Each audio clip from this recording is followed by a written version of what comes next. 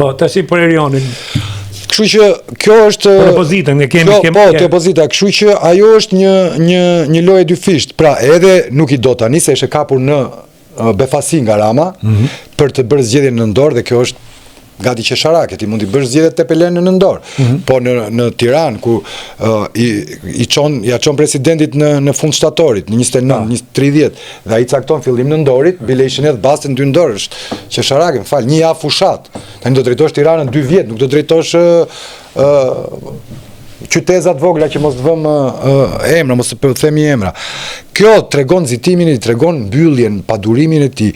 Dikush më tha, domethënë një kolegu jon tha, është një tek, është një kapriço e autokratit që tani nuk merret fare.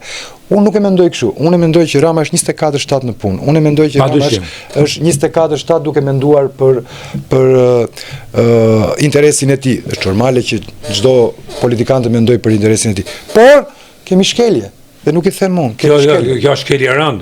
Kjo është shkelje rënd dhe opozita është e kapur në kurth dhe në kurthin e kohës, në kurthin e zgjedhjeve të kaluara. Si mendon ti Ilir, në 11 maj u bën zgjedhjet, në 9 Nëndor, do fitoj opozita me kandidat. Absolutisht. Zgjedhjet e pjesme, bjem dakord që nuk fiton.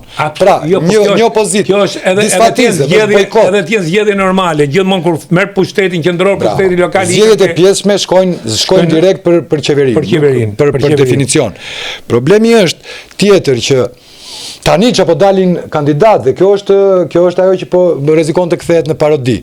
Dhe këtu PD duhet të ndryhy, seriozisht. Sepse Berisha duke thënë të premten, duke dalë të premten atë shtunën, premten, duke thënë që ne do shikojmë kandidatët e pavarur dhe do mbështesim më të mirët, ka krijuar një ankand, ka krijuar një konkurs kandidatesh, të themi. Dhe kjo është qesharake për opozitën, rrezikon të bëhet qesharake, sepse mund të dalin delirant gjithfarsoj. Që të thonë, unë e meritoj Bashkinë e Tiranës. Opozita tani do shpalli konkurs për këta. Prandaj unë mendoj që nga gjithë që thuhet, ose me që kjo punë u vendos që Partia Demokratike do shkoj të kandidati jo partijak, dhe këte e debatojmë, besoj ju... Dhe aty po shkon. Dhe jo partijak. Nga burimet e mbrëmshme të funit, aty po shkon, bilet, po ta thejmë hapët, kanë ngel ke ky... se ka emrin ky që bën piranjat. Florian Binaj. Aty kanë ngel. Nga gjithë kandidatë, Florian, me respekt dhe për integritetin, vlerat profesionale dhe aktivizimin qytetar, edhe për Florin, edhe për Ermal Lasimien, edhe për atë Florian Açkajn, apo Edlira Çepanin, por unë mendoj që situata është e rëndë.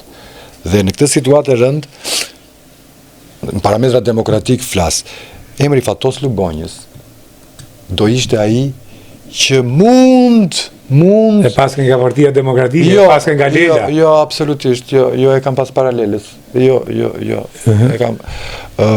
Mund të jepte një sinjal të ndryshimit dhe të zgjimit atyre karaktereve që sa po thamë.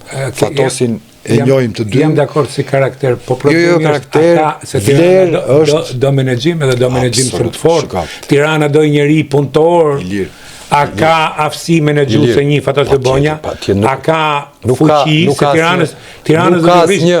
Nuk ka asnjë problem, nuk ka asnjë problem menaxhimi i Tiranës. Menaxhimi i Tiranës është zero ndërtime me liq dhe ndërtime me plan urbanistik. E para kemi mos jepë ndërtimin me atë, mos fut parat e krimit dhe mbaroj. E para është një kohë shumë e shkurtër për zgjedhjet e tjera, është një kohë 1 vjeçare. Kjo pra është.